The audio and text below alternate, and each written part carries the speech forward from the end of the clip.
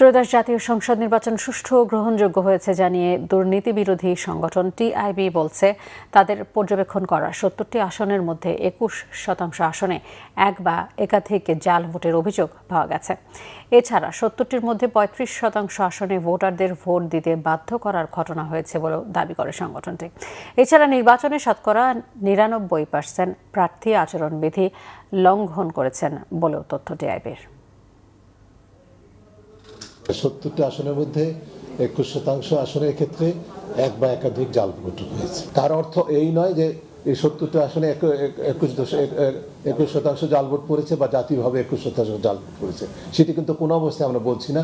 ন্যূনতম যখন বলছি তখন একাধিক হতে পারে, দুটো হতে পারে, কিন্তু সেটা পুরোটাই জাল ভোট হয়ে গেছে 21%, এটা হিসাব করে 21% জাল ভোট হয়েছে সেটা বলা কিন্তু অত্যন্ত বিভ্রান্তিকর।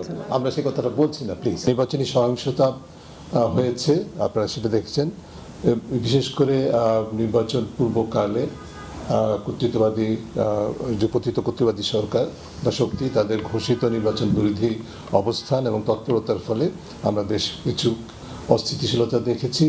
কাজে অনেক ক্ষেত্রে ত্রিমুখী অসহিষ্ণুতা এবং অসুস্থ প্রতিযোগিতা এবং কোনো কোনো ক্ষেত্রে সহিংসতা হয়েছে।